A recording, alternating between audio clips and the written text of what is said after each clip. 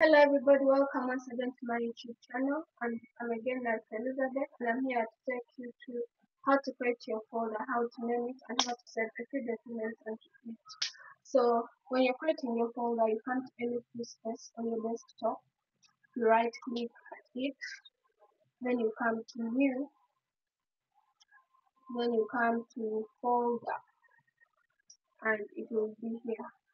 So you can make that and name it, let's say Betty.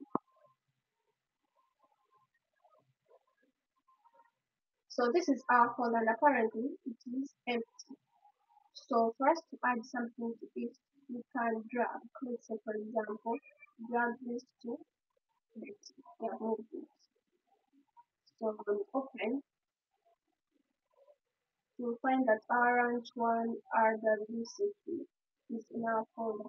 Thank you so much for following and I believe that after watching those two steps, you can go to open up a folder, name it and add the to this.